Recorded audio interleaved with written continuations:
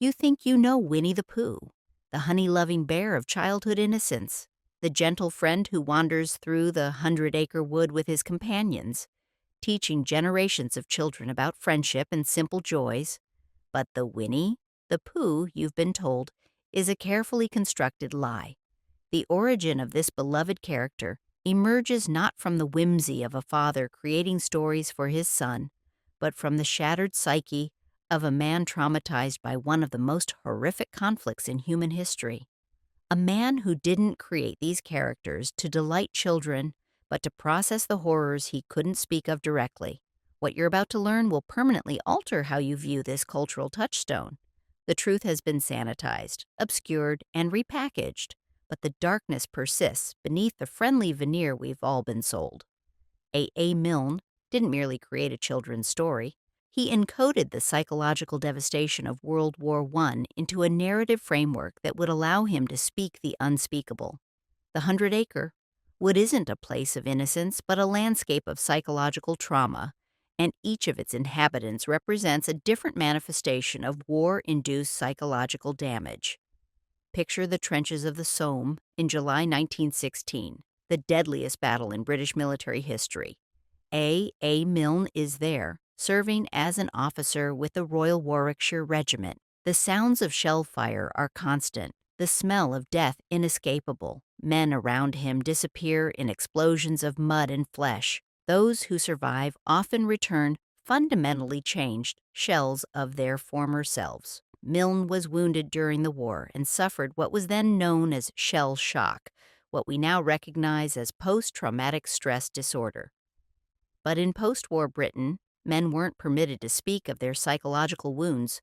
There was an expectation to carry on, to suppress, to remain stoic in the face of nightmares that wouldn't fade. To speak openly of one's trauma was considered unmanly, perhaps even treasonous in a society desperate to move forward. When examining Milne's military records in the British National Archives, a disturbing pattern emerges. His service reports contain multiple references to periods of nervous exhaustion and melancholia. One commanding officer wrote that Milne exhibits concerning behavior when artillery is heard, even at great distance. After his medical discharge, Milne retreated to a rural property in East Sussex, a self-imposed exile that would later be transformed into the fictional 100-Acre Wood. The woods surrounding Milne's home in Ashdown Forest became his sanctuary, but also the physical manifestation of his fractured mind. As he walked these paths with his son Christopher Robin, he wasn't simply enjoying nature, he was attempting to navigate the psychological landscape of his trauma, using his son's innocent presence as an anchor to reality. Christopher Robin Milne later wrote in his autobiography, "The enchanted places about his father's distant gaze during these walks, how he would sometimes stop mid-sentence and stare into the distance at nothing in particular. But what young Christopher interpreted as daydreaming was more likely what combat veterans now recognize as dissociative episodes, moments when trauma survivors mentally return to their traumatic experiences." The creation of Winnie the Pooh came not from joy, but from necessity. Milne needed a way to process his experiences without speaking them directly, and so he encoded his trauma into characters that could speak what he could not. Consider Eeyore, the perpetually depressed donkey. His persistent melancholy isn't simply a personality quirk. Eeyore represents the chronic depression that afflicted so many returning soldiers. His lost tail, which he constantly searches for, symbolizes the lost sense of self experienced by veterans. "Thanks for noticing me," Eeyore often says, the plaintive cry of veterans who return to a society that preferred to look away from their suffering. Milne's personal correspondence, particularly letters to his friend Owen Seaman from 1919 to 1922, reveals his own struggles with what he called the Great Gray Nothing. In one particularly revealing letter, housed in the Cambridge University archives, he writes, "I find myself unable to feel anything at all most days. It is as if a part of me remains in France, buried with the others in the mud." This emotional numbness found its expression in Eeyore, who can't even muster enthusiasm on his birthday. Piglet, the eternally anxious friend, embodies the hypervigilance and anxiety that characterizes PTSD. His constant fear of heffalumps and woozles mirrors the hypervigilance of traumatized soldiers who see threats everywhere.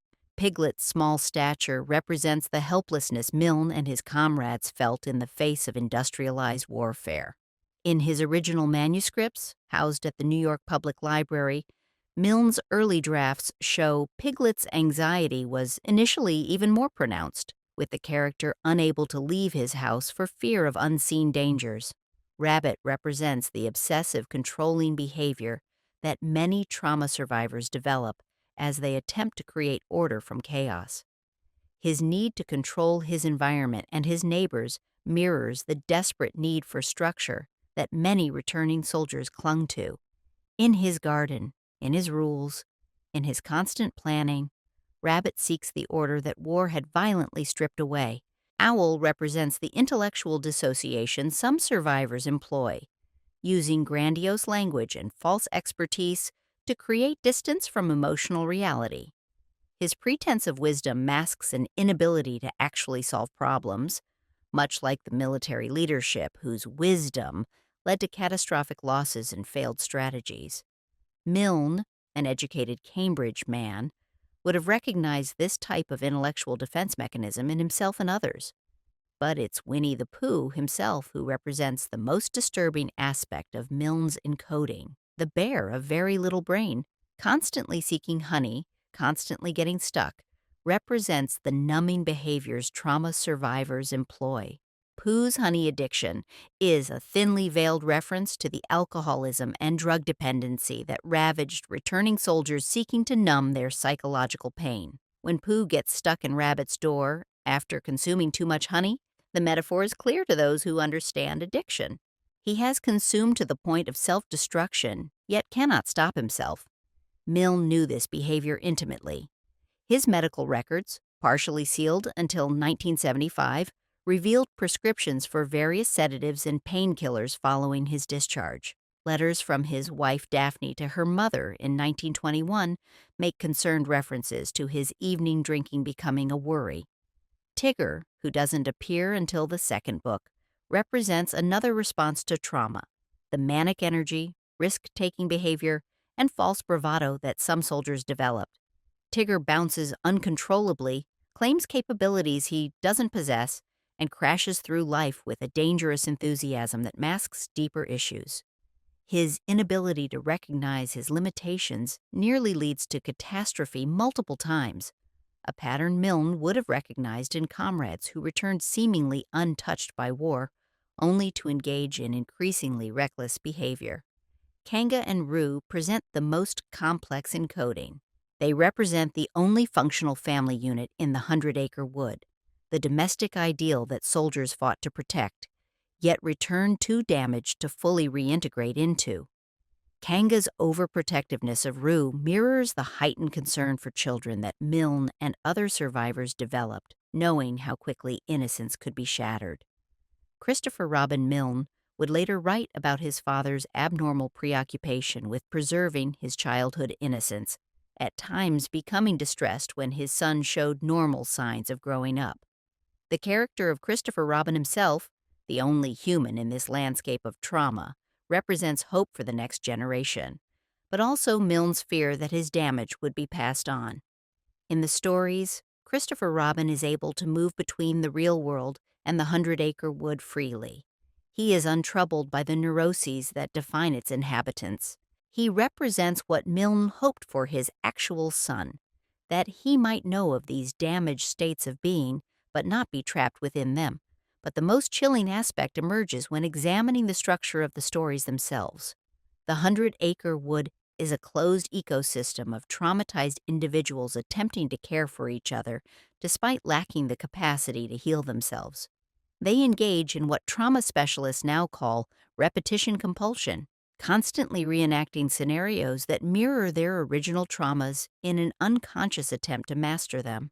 The recurring motif of getting lost in the woods, of being hunted by imaginary threats, of falling into pits, these narratively mirror combat experiences.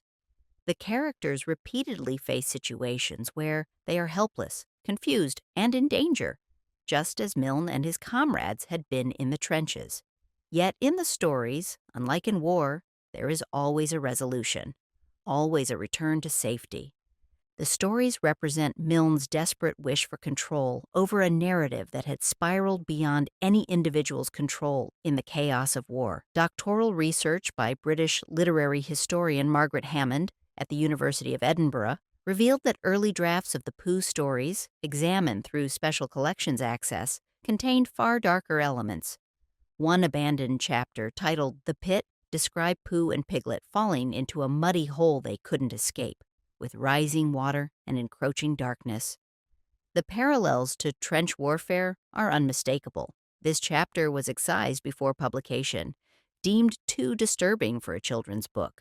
The sanitization of Milne's work began almost immediately. His publishers recognized the commercial potential of these stories but insisted on emphasizing their whimsical elements while downplaying their darker undertones. Illustrations by E.H. Shepard, himself a war veteran who had fought at the Somme and lost his own brother in the war, softened the characters, making them more appealing to children. Yet even in Shepard's original sketches, currently housed in the Victoria and Albert Museum archives, one can see traces of the darkness. Early drawings of the 100-acre wood show more gnarled trees, more shadows, more suggestions of a landscape shaped by conflict. The commercial success of the books created a further imperative to conceal their origins. As Winnie the Pooh became a cultural phenomenon, the narrative of their creation shifted from one of trauma processing to one of paternal tenderness.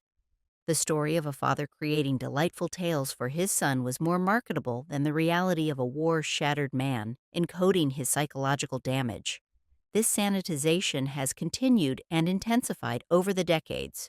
Disney's acquisition of the characters in 1961 completed the transformation from complex trauma narrative to simple children's entertainment. The soft, rounded yellow bear that now dominates our cultural understanding of Pooh bears little resemblance to the more ambiguous creation Milne intended.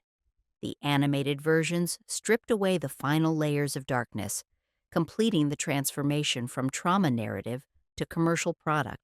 But the darkness persists for those who know how to recognize it.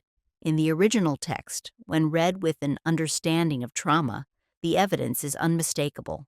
Milne wasn't writing charming nonsense. He was writing a survival manual for a shattered generation who had collectively agreed never to speak directly of what they had endured.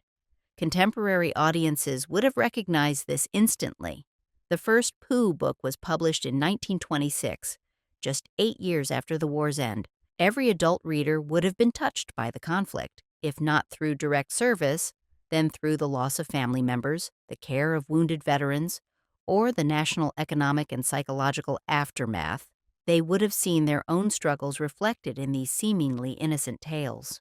Letters from early readers to Milne, preserved in the Milne collection at the University of Texas's Harry Ransom Center, include numerous veiled references to this understanding. One letter from a fellow veteran says simply, "You have spoken what cannot be spoken. I recognized myself in your menagerie of damaged creatures." Another, from a war widow, thanks him for helping my children understand something of their father's struggles, though they do not know that is what they are reading. The most haunting evidence comes from Christopher Robin Milne himself. His relationship with his father was complex and often strained. In his memoirs, he describes feeling that his childhood had been stolen for his father's creative and therapeutic needs. He writes, "The Pooh books were not written for children. They were written by a damaged man who was trying to make sense of a damaged world." Christopher Robin would spend decades attempting to establish an identity separate from his fictional namesake. His struggle speaks to the transgenerational trauma that the Great War created, how the psychological damage inflicted on one generation shaped the experiences of the next. What makes Milne's encoding so brilliant and so disturbing is how perfectly it worked. He created a vehicle for his trauma that could travel through time, speaking to generations of readers on multiple levels simultaneously. Children embrace the surface narrative of friendship and adventure. Adults, particularly those with their own trauma, subconsciously recognize the deeper currents of damage, loss, and the struggle for healing. Milne never spoke publicly about this aspect of his work. The culture of silence surrounding war trauma was too powerful, the commercial incentives to maintain the innocent facade too strong. But in private correspondence with his editor from 1928, found in the publishing house archives, he alludes to his true purpose. If I have done my job properly, the stories work as a mirror. Children see the adventure. Adults, especially those who served, will see themselves, though they may not wish to admit it.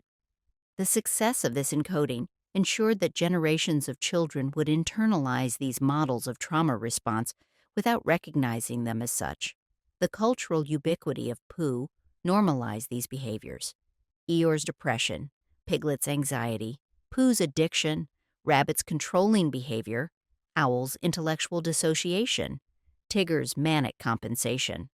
We recognize these patterns in ourselves and others without connecting them to their origins in war trauma. And once you see it, you can't unsee it.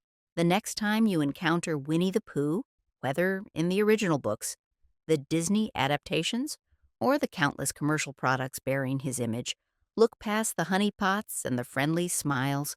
See instead a landscape of broken individuals supporting each other through unspoken damage. See a generation of men who went to war believing in glory and returned unable to speak of what they had witnessed. See A. Milne walking through the woods with his son, attempting to exorcise the ghosts of the Somme through stories of stuffed animals. The true horror of Winnie the Pooh isn't that it contains hidden darkness. The horror is that this darkness has been hiding in plain sight for a century, that what began as a coded expression of trauma became one of the most commercially successful and seemingly innocent cultural properties in history. The 100-acre wood isn't a place of childhood innocence. It's a psychiatric ward without walls, populated by sufferers of various forms of war trauma, each managing their damage in different ways, each incapable of ever fully healing. Their adventures aren't mere childish fancy, but repeated attempts to work through trauma that can never be fully resolved. This is what will stick with you. Winnie the Pooh, the bear of very little brain, perpetually seeking honey to numb his pain, wandering through a landscape of fellow sufferers, has been your companion since childhood. You've invited this manifestation of war trauma into your most intimate spaces, your childhood bedroom, your children's nurseries. Generations have embraced these characters, recognizing in them something familiar, something true, without ever acknowledging the horror at their core. A. Milne died in 1956, never having spoken publicly about the traumatic origins of his most famous creation. In keeping with the code of silence that governed his generation, he took the explicit truth to his grave, but he left the evidence encoded in his work for those willing to see it. The next time a child in your life reaches for a Pooh Bear, remember what you now know. That stuffed toy represents the attempt of a shattered generation to speak their unspeakable truth through the only means available to them.